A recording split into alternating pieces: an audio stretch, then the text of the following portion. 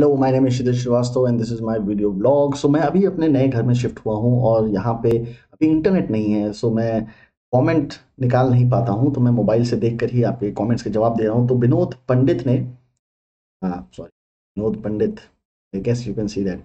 विनोद पंडित ने ये पूछा है कि एक्टर बनने के लिए क्या करें भाई। ये इन्होंने पूछा है व्लॉग 447 में, जहाँ पे मैंने बताया था कि असिस्ट करने के लिए आप कहाँ कहाँ पे जाएं, टीवी में जाएं कि फिल्म्स पे जाएं कि एड फिल्म के सेट पे जाएं, कहाँ जाके आप अपना असिस्टेंट का करियर शुरू कर सकते हैं।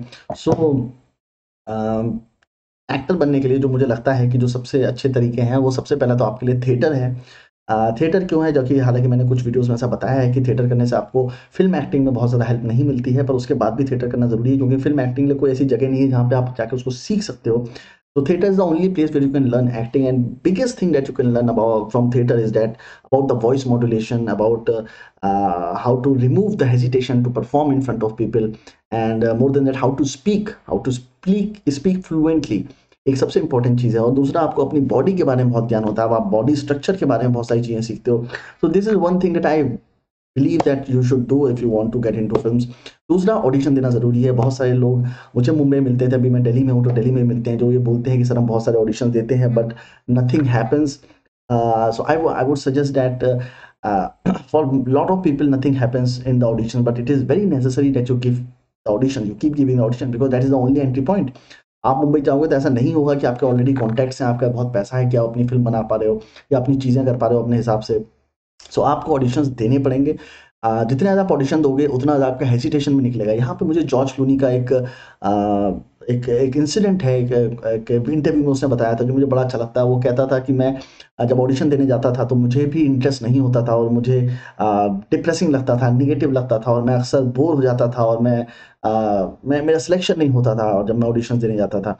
तो मैंने अपने दिमाग में एक चीज़ बनाई, मैंने ये डिसाइड किया कि जब भी मैं ऑडिशन देने जाऊँगा मैं उसको इस तरह सोचूँगा कि I am the solution to their problems. और मुझे उसने ऐसा आगे बोला कि मुझे ऐसा लगता है कि कोई आदमी एक कमरा हायर करता है, वहाँ पे कैमरा हायर करता है और मेरी परफॉर्मेंस देखने के लिए बैठा है। तो मैं ऑडिशन को ऑडिशन की तरह लेता ही नहीं था। मैं ये सोचता था कि मैं वहाँ परफॉर्मेंस देने जा रहा हूँ।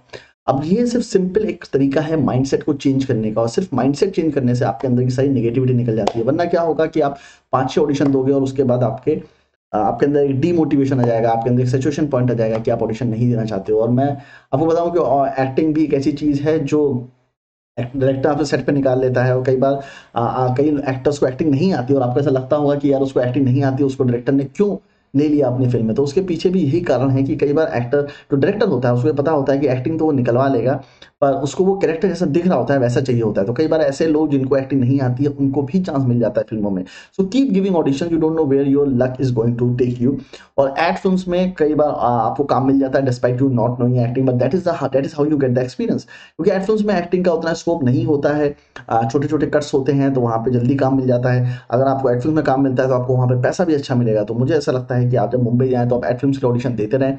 ये मत सोचें कि आपका सिलेक्शन होगा कि नहीं होगा। You will face a lot of rejection, but again rejection को पर्सनली नहीं लेना है। अगर आप रिजेक्शन को पर्सनली लेंगे तो आप कभी मुंबई में सर्वाइव नहीं कर सकते, क्योंकि कोई भी कास्टिंग डायरेक्टर आपको जानता नहीं है, कोई भी असिस्टेंट कास्टिंग डायरेक्टर आपको जानता नहीं है। अगर वो आपको रिजेक्ट कर रहा है तो वो आपको रिजेक्ट नहीं कर रहा है, आप उस रोल में बैठ नहीं रहे हो, इसलिए आपको बोला जा रहा है कि no you are not fit for the role. It is not a personal comment.